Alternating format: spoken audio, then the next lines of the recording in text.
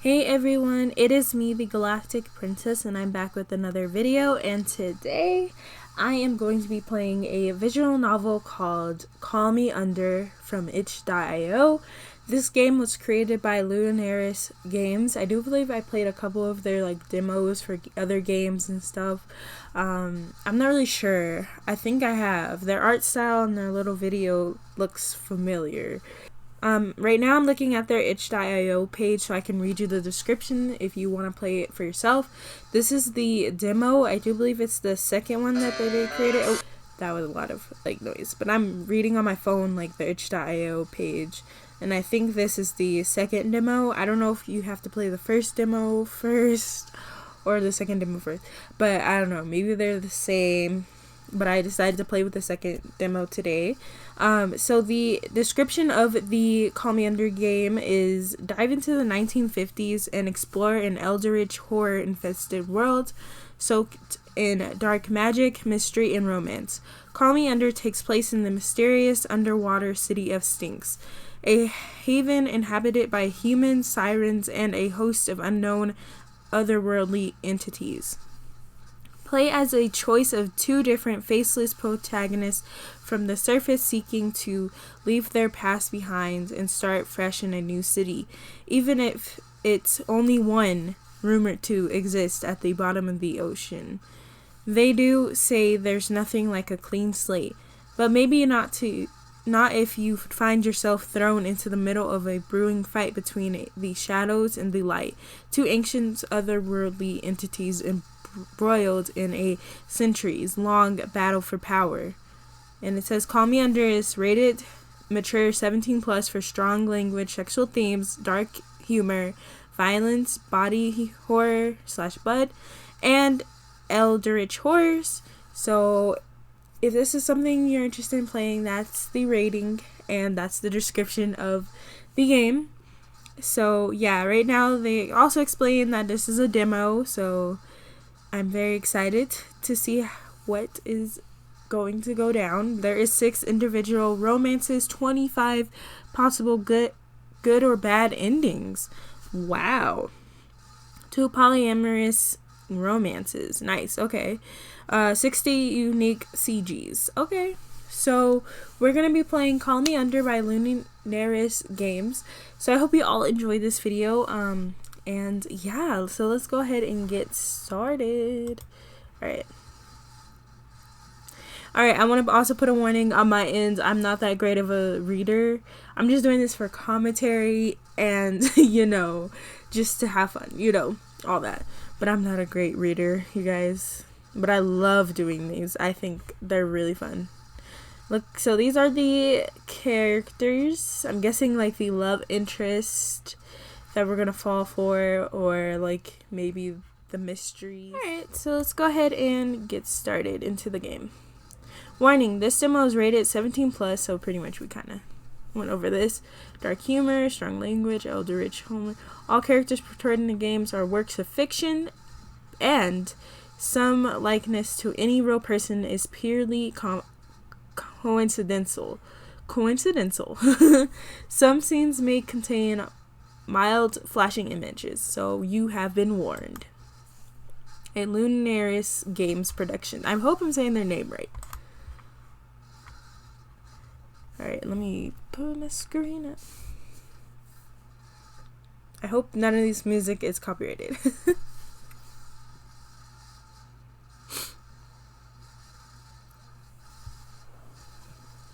Alright, what's going on here? The beginning was bathed in darkness. The beginning was darkness. Its form in its home, the most basic state of being. The inkwell from which flesh was shaped, minds were made, and dreams were born. We began in the shadows. They nourished us, caressed us, gave us life. But greedy hearts demanded more. Separation, independence, a self free from the roots. Color split from the inkwell and a new perspective, a new meaning was born.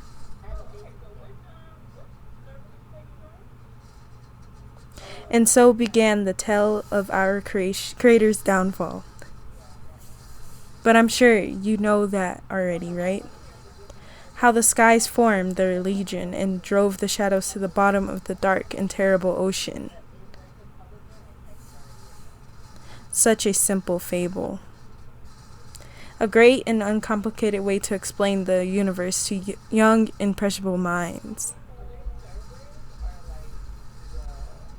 Tell me, do they recount this tale with your bedside lamp turned on so you don't feel the fear creeping in? Do they make monsters with their hands in that light so you know that there's nothing in the darkness but evil?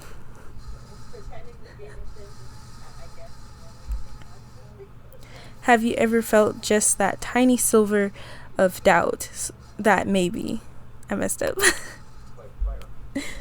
They lied. Call me under. Call me under.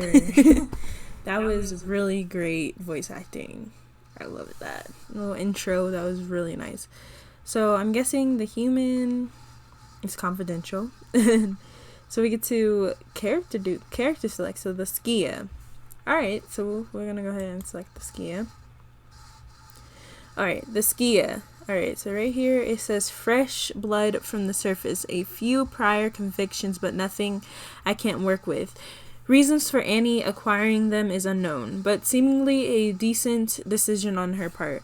My first impressions are good, but I'll refrain from forming any solid opinions until after we've gotten into that nasty shit.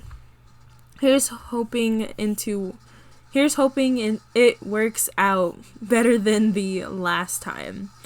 Alright, so the Skia. Your story began long before you came into this world, when your relatives escaped the watery grip of Styx, through unknown means to escape the surface. The call of the shadows, however, is inescapable for a half-blood like you. It swells in you like a deafening melody, calling you home, back into the sea, in this place that the light can't reach, into Styx. Headaches and other whispers your mind can't decipher plague you, but your soul remembers. Fortunately, your arrival was as expected as it was ordained, and you were able to get a place to live and a job as a rookie journalist. You've been able to forget that you aren't necessarily here on your own free will, but you'll need to wake up soon and start asking questions before the deep starts to consume you. Okay. Alright. Select character. Tell us your first name. So we're gonna go ahead and go with Donnie. What is now your surname? J. We'll do Donnie J. Donnie J. What is my pronouns? Okay. So my pronouns are she/her. The city of Styx, November 1958. I need to try and stay awake. Not an easy feat when exhaustion is tugging at the edge of my mind. The only thing keeping my eyes open being the wearing of the ribbon of my trusty typewriter as my fingers move mindlessly over the keys. Well, that and the sound of my boss, Penelope Sinclair, rustling around in her office a few steps away. Occasionally I hear the clinking of glass too. Oh my gosh, what was that? Of drink after drink being poured. I gather she's having a rough night too. There's plenty of those around here lately. I glance at the clock and register that it's barely 7. The boss is gonna have one hell of a hangover tomorrow. Wow. Again. I stare at the sad, solitary line I've managed to type up in the last half hour, wondering that if I look long and hard enough, will the rest of the transcript just manifest? That doesn't happen, of course, but it does make me realize that I've made a spelling error. Frustrated, I tear the paper out of the roller and crumple it up, tossing it in the direction of the nearby trash can. I miss because, of course, I do. I start fresh, typing the same old words I could probably type out in my sleep with my hands tied behind my back this point. Missing, kidnapped, presumed dead, dismembered.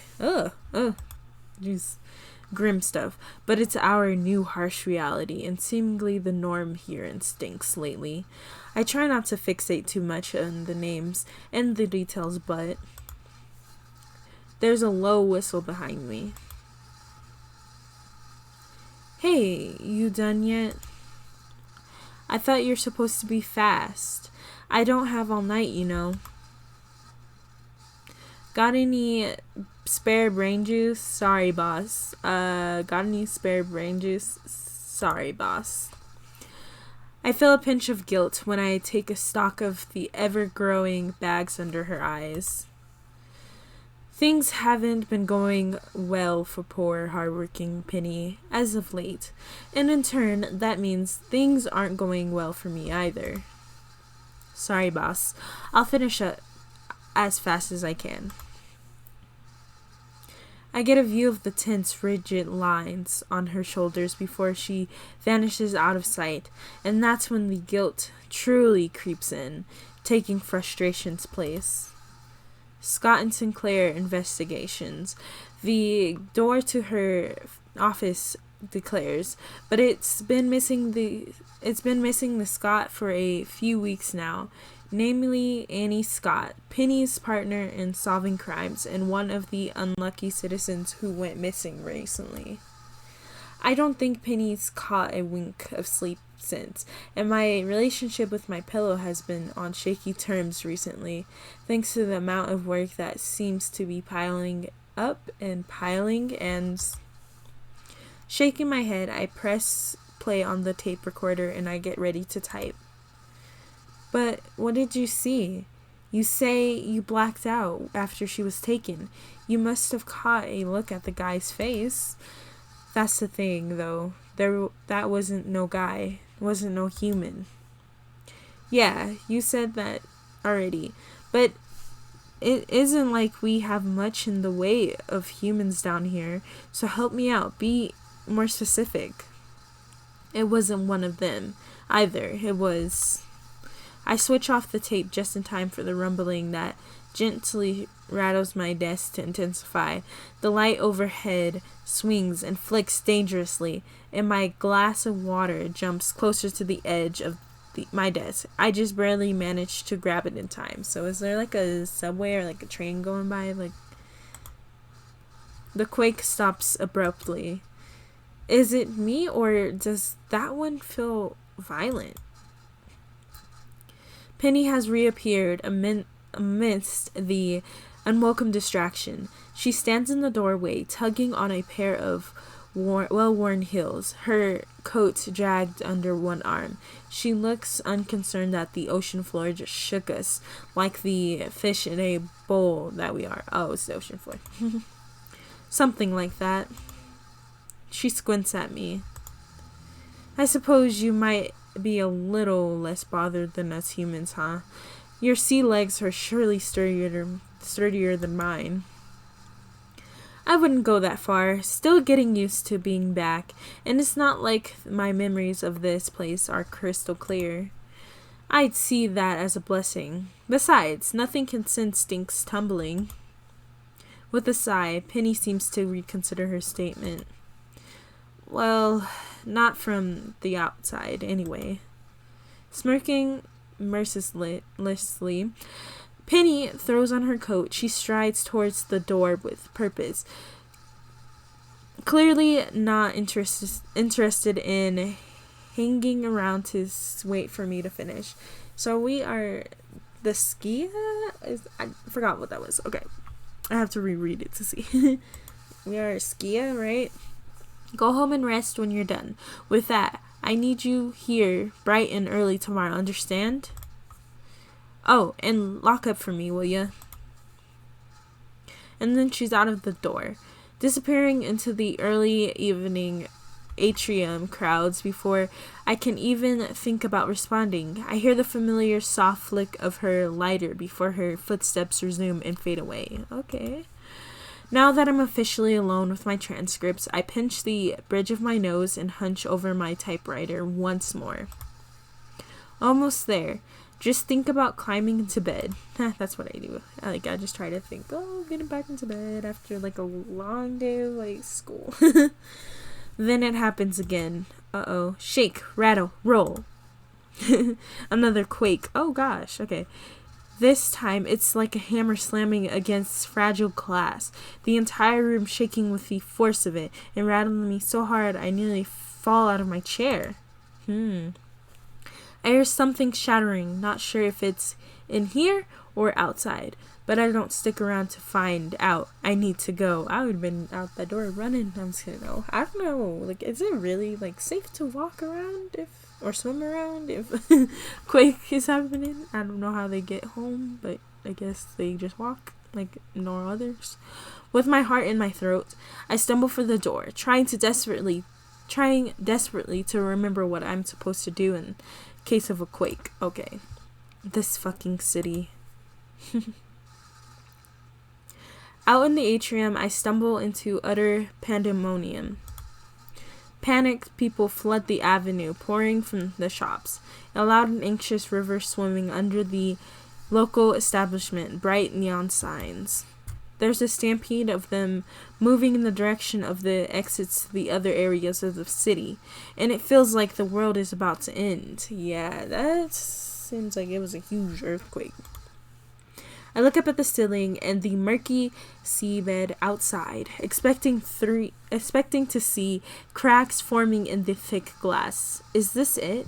I've barely been here a month after all the dreams and nasty little whispers that lured me back.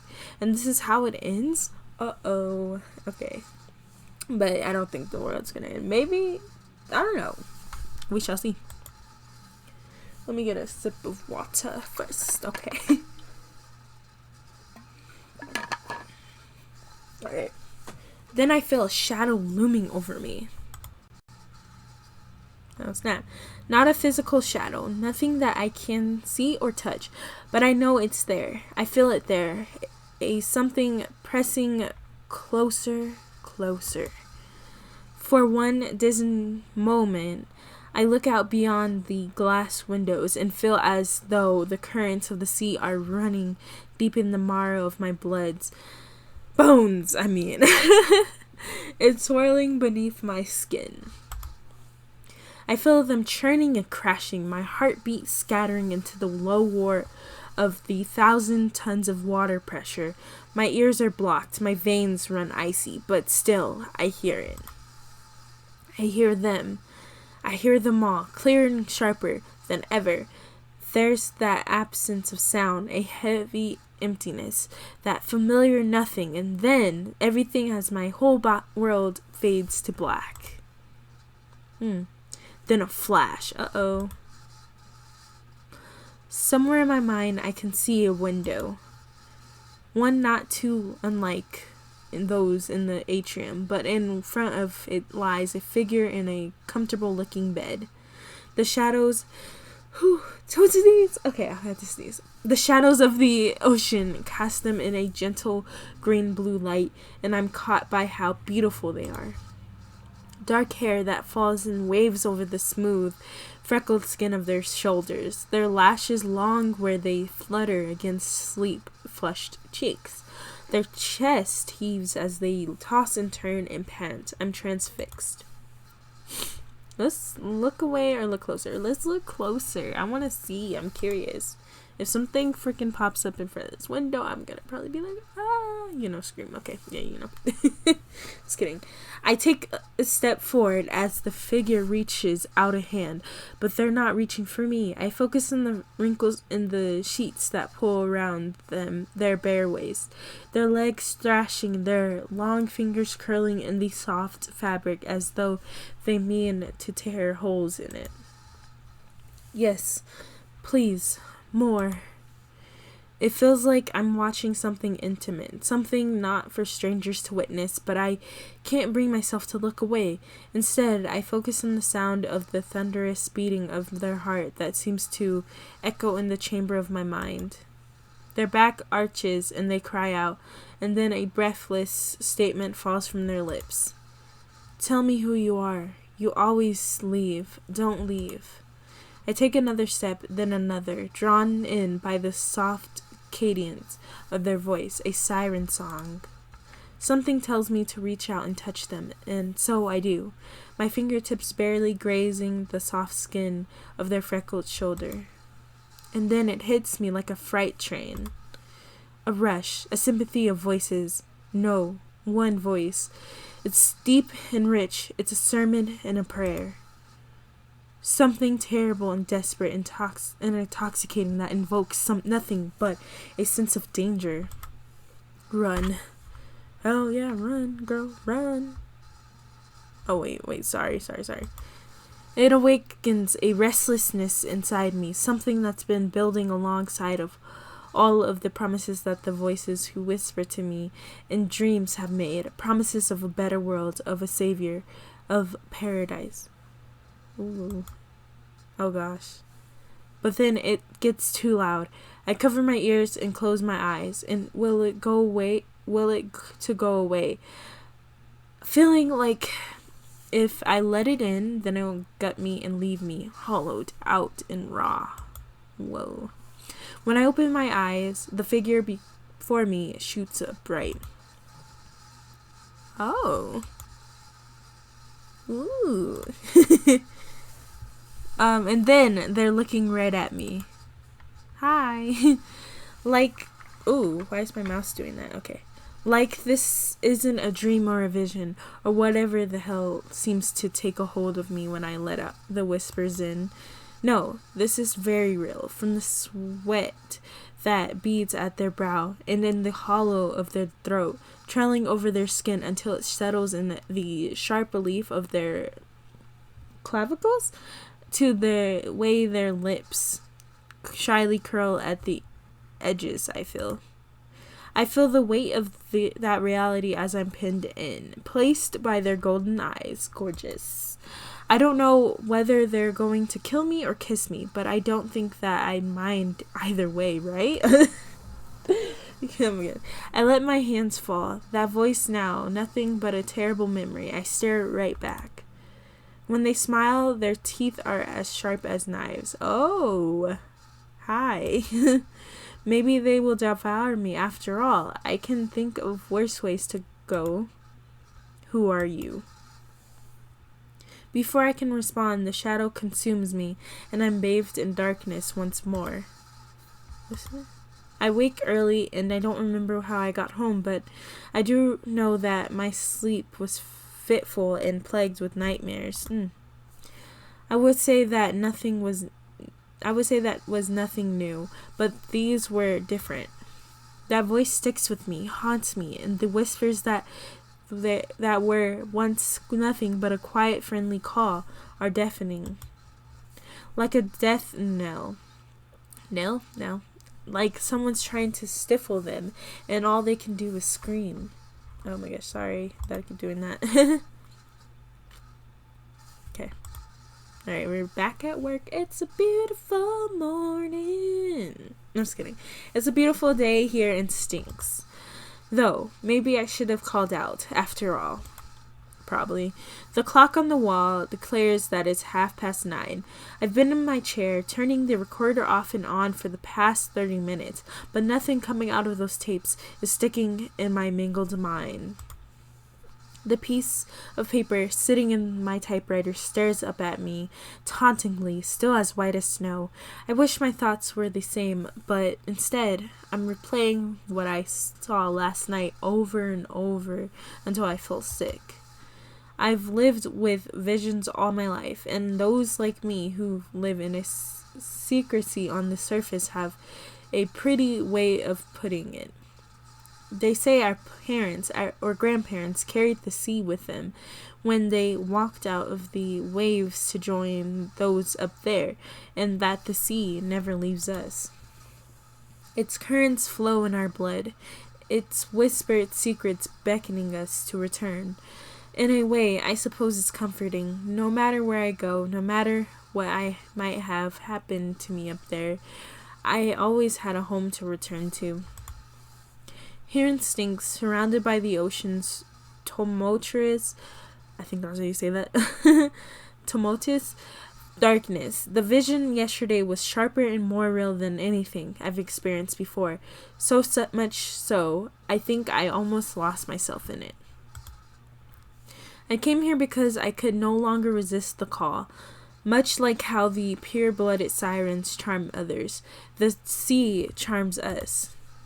Will I one day dissolve into sea foam and memories among the waves? A knock on the door halts the spiraling of my thoughts. Jerking to attentions, I instinctively get up to answer it. It can't be Penny. I'm sure I heard sounds coming from her office, and nobody is scheduled to visit. It swings open before I can reach for the handle, and before me stands a tall, broad-shouldered, and bespectacled man. He adjusts his glasses, looking annoyed, his mouth already half open as though he's going to call out for someone. He stops short when he sees me, however, and blinks. Oh, pardon me. I thought. He clears his throat, seeming like he's struggling for words, then turns and closes the door instead. There's a brown paper bag clutched tightly in his hand. A delivery for Penny? Can I help you? I didn't think we had any appointments today, but... The stranger smirks. Penelope has appointments now. Only for you, Arch. Penny emerges from her office, snuffing out a half-smoked cigarette in the ashtrays on my desk, before leaning against it and raising an eyebrow at our guest.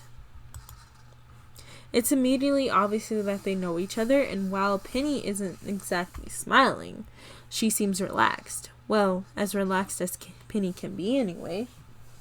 Another water break? Okay, sorry about that. Okay, here we go. Donnie, meet Dr. Archimedes. We'll just call him Archie. Okay. Dr. Arch. He's an acquaintance of mine. I was going to tell you I was expecting him, but I didn't think we'd be expecting him quite this early. Well, what do you know? Having my entire clinic wrecked by drunks picking fights after I spent effort stitching them up put me in the mood to go through my old recordings. Welcome distraction. He turns to me with a dashing smile. And please, just call me Archie, okay? Smiling, Penny shoves her hand towards him, her palm upturned and her fingers wiggling impatiently as she awaits the offering that the doctor has brought her. Archie holds out the brown paper bag. Whew, lots of reading. Okay, lots of reading. Teasingly, keeping it just out of her reach, as she turns to me and gives me an apologetic look. You're her new hire, right? I'm sorry for bringing you more work. It makes no difference at this point. Just add it to the pre-existing mountain.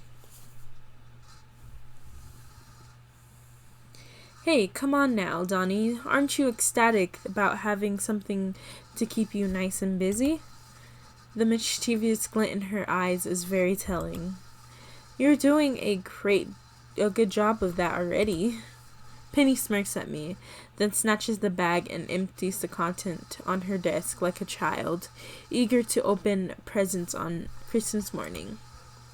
I spend the minutes she takes sorting through them to study Archie further, but I'm quick to discover he has the same idea when I find him looking right back. It's nice to meet you. Likewise. There's a moment of awkward silence on my part, mostly. Archie nods politely, but he's borderline staring. His gaze curious and sharp. I feel like I'm being studied. Ooh. Instinctively, I drop my gaze. I have a feeling I know what he's looking at. My eyes, a dual honey-eyed. Honey-eyed? Honeyed? Oh, honeyed. Wow, okay.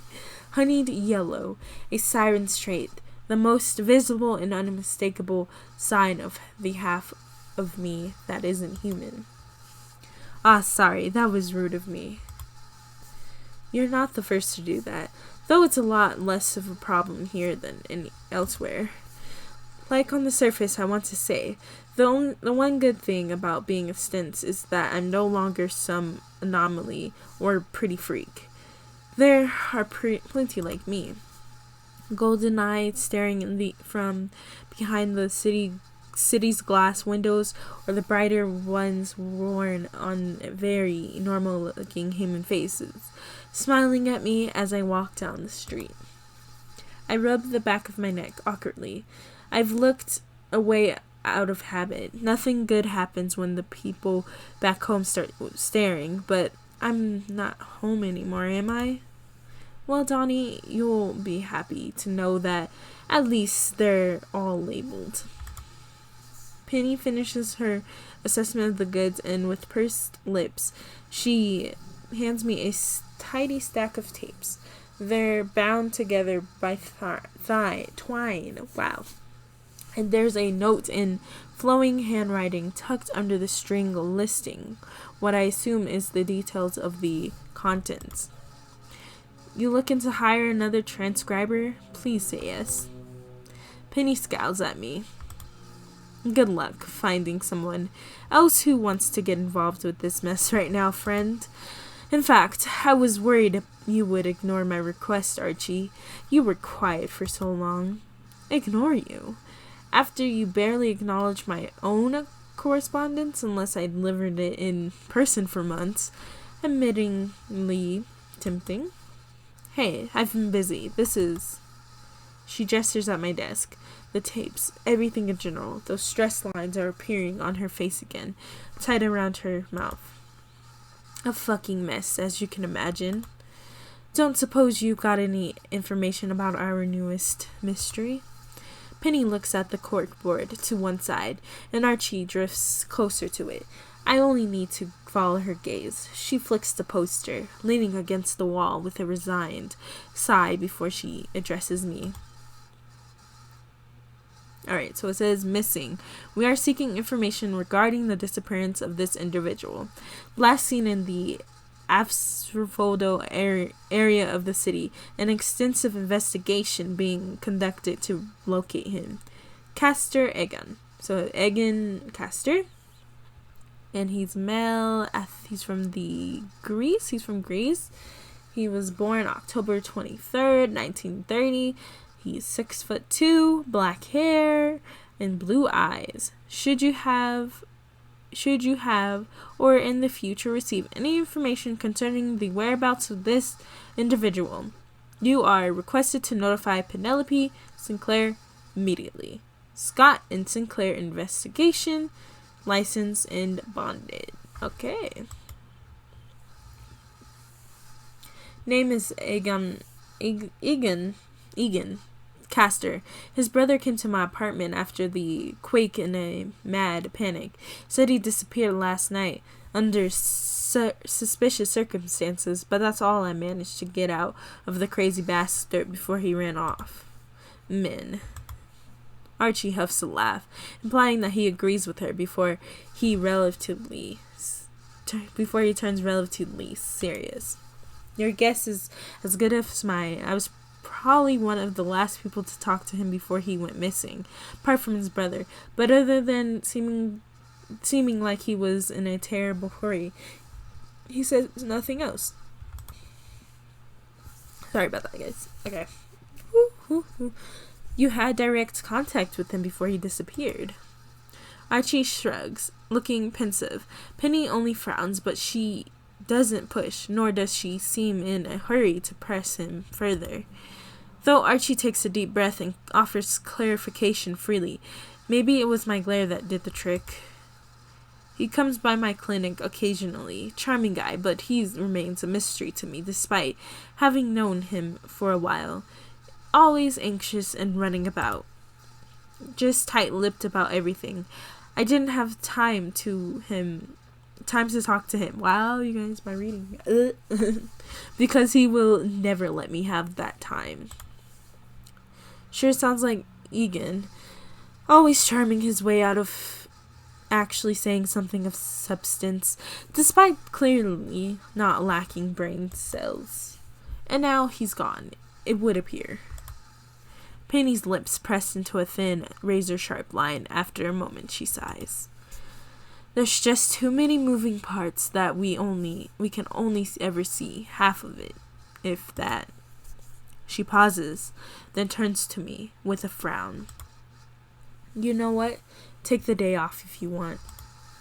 I'd like to give these tapes a listen before you transcribe them, and I need to think about reorganizing the priorities of the work I've given you. With Egan's disappearance cropping up, this one feels significant. You two should both take a break. Doctor's orders? I wouldn't dream of trying to order an investigator around her own office, Miss Sinclair, but it's my recommendation. Penny smiles, just a tiny one, but it's there. I better head back in case I have patients waiting. Nice to see you both. I hope I never have to see either of you in my clinic. I wouldn't be caught dead there. You never stalked gin. Please don't use gin as medicine. From his pocket, Archie produces a business card. This he hands to me. Thank you. Archie. Okay. Alright. What was it you just said about not wanting to see either of us there? I said I hope I won't have to. In these times, though. Archie shrugs helplessly. For a moment, he looks pensive, as though he's going to say something else. Were people hurt during the quake? Business only, or pleasure too? Ooh. Well, let's just try that out, okay? We could always go back, I think. Yeah. Yeah, okay, good, okay. Business only. Okay, let's try that one. I flip the card in my hand, considering it for a moment. Business only? Or are you open to less formal visits as well? That depends on the nature of whatever you're trying to discuss. Penny laughs. Don't bother Donnie. He never stocks anything worth a visit in his cabinet. It's always just those bitter elixirs. Now, get lost, Chusine. I don't know.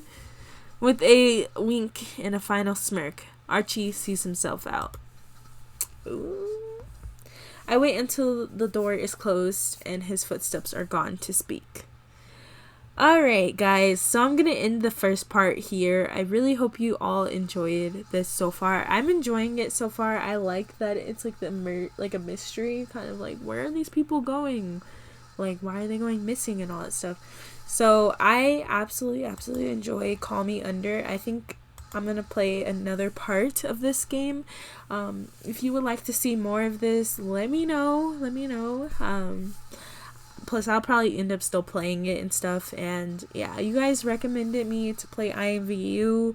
I don't know. I may play IMVU, but sometimes like the problem with IMVU is just, it's not as fun as it was, but I'll try it. But you know.